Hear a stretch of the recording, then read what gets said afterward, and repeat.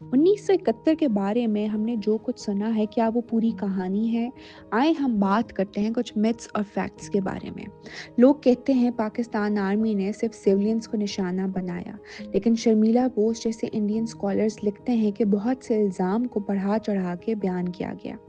मुक्ति बहिनी पूरी बंगाल की आवाज़ नहीं थी, हज़ारों बंगालीज उनके जुल्म के खिलाफ थे और सियासी हल चाहते थे, लेकिन उनकी आवाज़ बाद में दबा दी गई। इंडिया ने सिर्फ इंसानी हिदायत की वजह से इंटरवीन नहीं किया। इंदिरा गांधी ने खुद पार्लियामेंट में कहा है कि पाकिस्तान को तोड़ना एक स्ट्रेटेजिक मकसद था। 93,000 फौजियों का मिथ भी आधा सच है। लगभग 45,000 असल कॉम्बैट सोल्जर्स थे, बाकी पुलिस, सिविल स्टाफ और फैमिलीज थी। सिर्फ पाकिस्तान नहीं, मुक्ति बहनी पर भी बिहारीज और नॉन बंगालीज के कत्लेआम की रिपोर्ट्स इंडियन अखबारों ने छापी।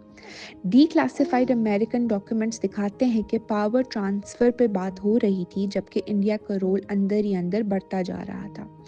3 मिलियन की डेथ फिगर पहली दफ़ा एक सोवियत न्यूज़पेपर ने लिखी बिना प्रॉपर इन्वेस्टिगेशन के।